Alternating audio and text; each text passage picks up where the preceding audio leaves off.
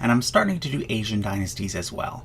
However, I've never done a dynasty from sub-Saharan Africa, so that's what I'm going to do today.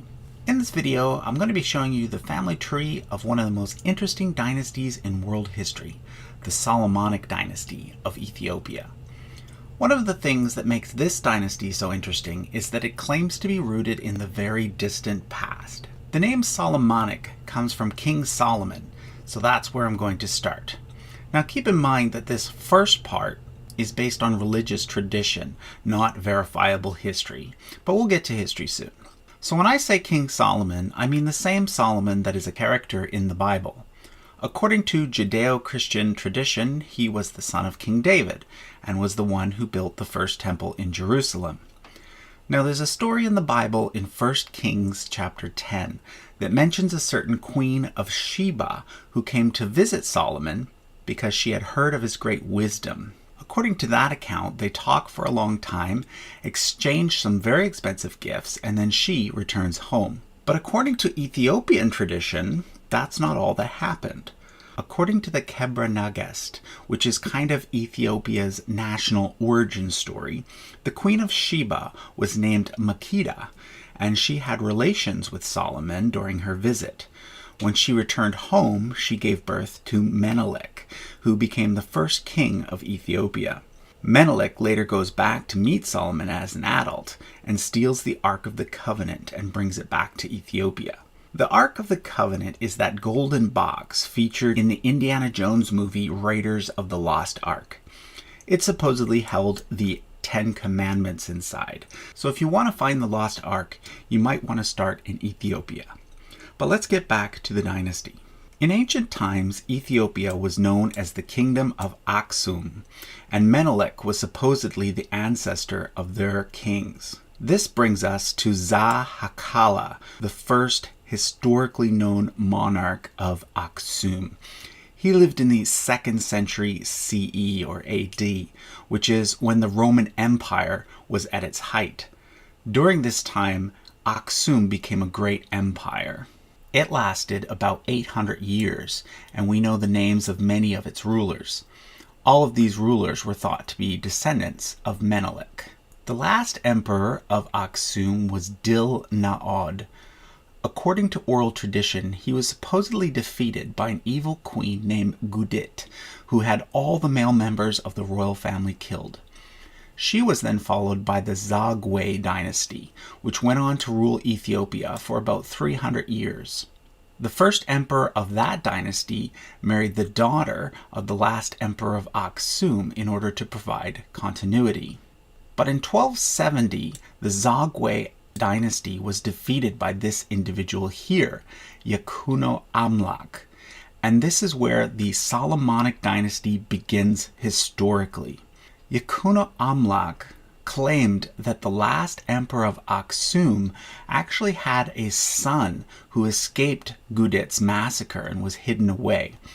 He claimed to be a descendant of that son, and therefore the legitimate heir to the emperors of Aksum. Now, it's impossible for us to know whether or not his story was true in a literal sense, just like it's impossible for us to know whether or not the ancient rulers of Aksum were really descended from someone named Menelik, and whether or not Menelik was really the son of some sort of historical version of Solomon and the Queen of Sheba. What we do know is that by the time the Kebra Nagast was written, Ethiopia was a Christian country, so it's likely that all these connections were invented in order to legitimize the rule of this new dynasty. So if there is any truth to it, that truth has likely been stretched and embellished, kind of like the story of King Arthur. But what we do know is that the Solomonic dynasty can certainly trace its origins to the year 1270. Now, we're not going to go through all the emperors because there were a lot of them. Instead, I'm going to give you a quick overview up until modern times, and then we'll go one by one. I do want to point out this emperor here, Dawit II. He was a descendant of Yakuno Amlak, and he reigned during the Italian Renaissance. In fact, the painting you see of him here is a contemporary one done by a Renaissance painter. He's important because from here, the dynasty splits into several branches. the two main ones being the Gondar branch and the Shiwa branch. These two names refer to places in Ethiopia where the various branches ruled. So after Dawit II, we get 5 more emperors from the main branch before the throne passes to the Gondar branch. We then get 3 more emperors before an emperor known as Iyasu the Great. Iyasu the Great was a contemporary of Louis XIV of France and established diplomatic relationships with several European countries. The Europeans used the name Abyssinia to refer to Ethiopia. Following the abdication of Iyasu the Great in 1706, Ethiopia entered a time known as the Era of Princes, when imperial power declined and most of the country was ruled by local leaders. There were lots of emperors during this time from the Gondar branch, but they were mostly just figureheads. This changed with Emperor Tewodros II. His reign marks the beginning of modern Ethiopian history. He claimed to be a member of the Solomonic dynasty via the Gondar branch. He managed to unite the country again, but his hold on power was still somewhat tenuous. He therefore reached out to the British for help, but Britain refused to send troops. This made Tewodros angry, and he reacted by holding several British citizens in Ethiopia hostage, including the consul. Britain responded by sending a massive show of force to rescue its citizens. They sent 280 ships from India, which included 13,000 British and Indian soldiers, an even larger number of civilians, 44 elephants, and 40,000 other animals. The force landed via the Red Sea and took 3 months to march across the difficult terrain to the emperor's fortress. In the end, Tewodros committed suicide, and Britain successfully rescued its prisoners. Britain did not stay to occupy the country, though, and Ethiopia remained independent. In fact, Ethiopia was the only country in Africa that was not claimed by Europeans during this time period, known as the Scramble for Africa. After Tewodros, a descendant of the earlier Tagwe dynasty, claimed the emperorship for a few years, but then he was defeated by Emperor Johannes IV, another descendant of the Gondar branch of the Solomonic dynasty. But his son and appointed heir died shortly before him.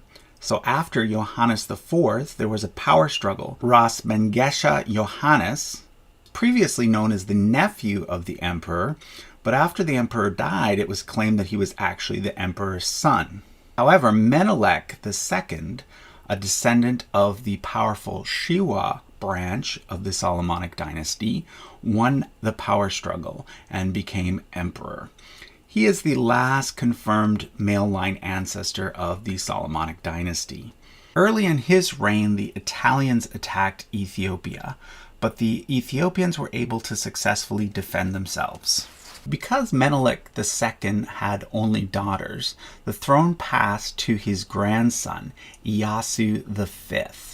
However, Iyasu was never crowned. His father had been Muslim, and there were concerns that Iyasu might eventually come to support Islam. So his aunt Zuditu became reigning empress instead. Her first husband had been the son of Johannes IV. But because Ethiopia had always been ruled by a male, this man here, originally known as Ras Tafari, was made regent and heir. Now, even if you previously knew nothing about Ethiopian history, the name Ras Tafari is probably familiar to you. We'll get to that in a second. First of all, Ras Tafari Mukhanen was a member of the Solomonic dynasty via a female branch here. There was actually another person with a more senior claim through a different female line, but he chose to support Ras Tafari Mukhanen. So when Empress Zuditu died, Ras Tafari became Emperor Haile Selassie I, the most well-known emperor of Ethiopia and a dominant figure in African politics during most of the 20th century. He's also one of the few people in recent history to have an entire religion named after him. The Rastafarian religion developed in Jamaica in the 1930s. Rastafarians believed that Emperor Haile Selassie I was the Messiah, a reincarnation of God like Jesus. They also believe that blacks are God's chosen people, that African Americans are currently living in Babylon, and that one day they will return to Zion, which is Africa. Most people know a little bit about Rastafarianism because of Bob Marley and other reggae artists who were and are Rastas, or followers of Rastafarianism. But as for Haile Selassie himself, he was never a supporter of the movement. One of the things he had to worry about early in his reign was the Italians. They returned in 1935 for another attempt at conquering Ethiopia. This time they were successful, and therefore the emperor had to escape to Britain, where he remained in exile until 1941. The King of Italy, Victor Emmanuel III, took the title of Emperor of Ethiopia during this time. But during World War II, the British helped Haile Selassie